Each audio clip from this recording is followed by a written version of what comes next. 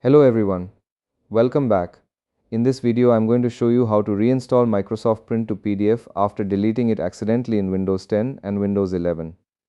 If your Microsoft Print to PDF is missing, deleted, or no longer showing in the printer list, this video will help you restore it step by step. Microsoft Print to PDF is a built-in virtual printer in Windows. It lets you save documents, web pages, and files as PDF without installing any third-party software, but sometimes users accidentally remove it and then cannot find it again. The good news is you can easily reinstall Microsoft Print to PDF from Windows features. Let's start. First, click on the Start menu. Type Turn Windows features on or off. Click on it. Now the Windows features window will open. Here, scroll down and find Microsoft Print to PDF. If it is checked, first uncheck it, then click OK. Wait for Windows to apply the changes. After that, open the Windows features window again.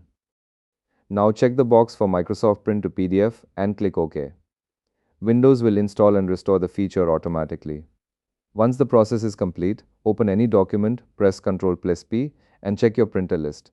You should now see Microsoft Print to PDF again.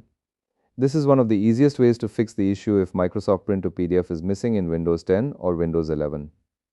If you deleted it accidentally, this method usually brings it back without needing third-party tools. That's how to reinstall Microsoft Print to PDF and restore the missing PDF printer in Windows. If this video helped you, make sure to like, subscribe, and comment below. Thanks for watching, and I'll see you in the next video.